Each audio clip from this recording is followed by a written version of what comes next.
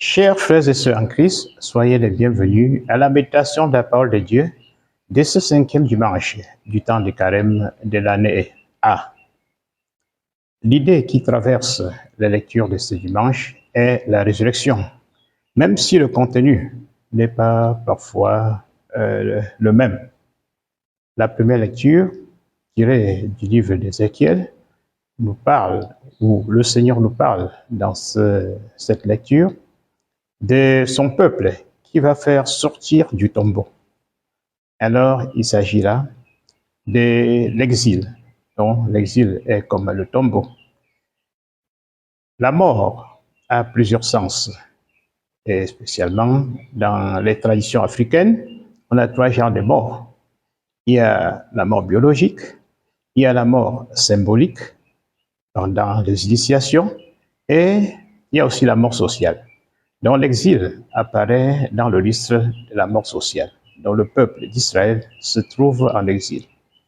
Et il est comme mort, mort dans ses projets, mort dans même son identité, parce qu'il a perdu l'espoir d'un avenir. Et Dieu envoie son prophète pour leur dire, je vous ferai sortir du tombeau, c'est-à-dire je vous libérerai. Donc, la libération est aussi comme une résurrection, redonner vie sociale à ce peuple. Et un autre passage d'Isaïe parlera des eaux revivifiées, où il va commander que la chair reprenne les eaux et les nerfs pour redonner vie à ces eaux qui sont au tombeau. Alors, c'est comme une espèce de résurrection. Mais au VIe siècle, où le prophète Ézéchiel écrit, l'idée de résurrection ne traverse même pas la tête d'un juif. Donc c'est au IIe siècle, avec le livre des Maccabées, que la foi en la résurrection des morts viendra en Israël. Et dans l'Évangile, nous avons affaire aussi à la résurrection de Lazare. Alors le Christ apprend que son ami est malade.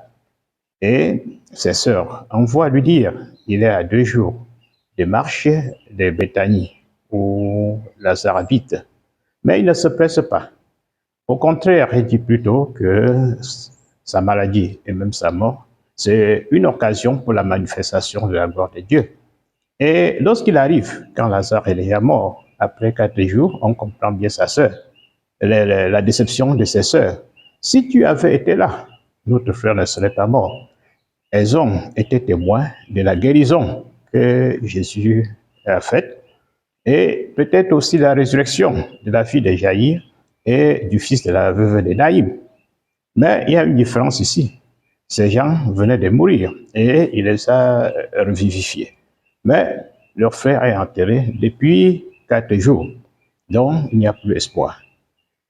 Et au temps du Christ, on croit déjà à la résurrection, même si tout le monde ne croit pas. Il y a les Sadducéens qui n'y croient pas, mais Marthe et Marie sont des celles ou de ceux qui croient. Mais elles croient à la résurrection à la fin des temps. Car quand le Christ demande s'ils croient, oui, nous croyons qu'il ressuscitera, mais à la fin des temps. Rien ne s'apprête et où personne ne sait que ce sera aussitôt. Et le Christ également manifeste des gestes qui peuvent mettre les gens dans le doute. Donc il est ému et il pleure. Mais les gens interprètent autrement ses pleurs. Certains disent c'est un hypocrite. Comment il n'a pas pu l'empêcher, lui qui guérit les malades, lui qui ressuscite même les morts, ou bien il a les qualités qui ne fait pas. Et puis ses sœurs pouvaient dire, on a envoyé le chercher depuis 2 jours. Et quand le Christ demande d'aller au tombeau, alors les gens sont quelque peu étonnés. Bon, en fait, on sait, c'est l'habitude quand les gens arrivaient chez les Juifs, lorsqu'ils devraient aller au tombeau aussi lamenter. On pense que c'est seulement pour lamenter. Mais ils scandalisent les gens en disant, ouvrez le tombeau. Et on se précipite à dire, non, non, non, ils sont déjà. Et ils l'ont ouvré. Et quand on ouvre, il appelle Lazare. Et Lazare sort de son tombeau. Et voilà ce que Dieu disait dans la première lecture. Je vais vous sortir de vos tombeaux. Donc, il est sorti de son tombeau vivant. Mais là, ce n'est pas encore la résurrection à laquelle nous croyons, c'est la revivification du corps. Le Christ est le premier ressuscité, car Lazare va mourir de nouveau. Mais quand le Christ ressuscitera, il ne mourra plus. Et notre résurrection à la fin des temps, ce n'est pas la résurrection de Lazare, mais plutôt la résurrection du Christ, l'article de notre foi. Mais il est capable de nous ressusciter de ces différents morts, ces différentes morts dont nous avons décidé, que ce soit la mort symbolique, que ce soit la mort sociale, et que ce soit aussi cette mort, on pourrait appeler la mort biologique. Il est capable de le faire et il le montre. Dieu a sauvé son peuple, a redonné la liberté à son peuple d'exil en le sortant de cette mort sociale, et le Christ a redonné vie à Lazare en le sortant de la mort biologique. Alors nous aussi peut-être nous sommes morts, morts à cause du péché, morts dans nos personnes nous considèrent, la société aussi nous considère parfois comme morts. Ayons foi dans le Seigneur, croyons. Croyez-vous? Et les sœurs, oui, nous croyons. Nous croyons, le Seigneur peut nous sortir de ces différentes morts. Prions qu'il ressuscite de la Pâque avec nous, de nos différentes morts, pour revivre et également nous donne la garantie de la résurrection à la fin des temps.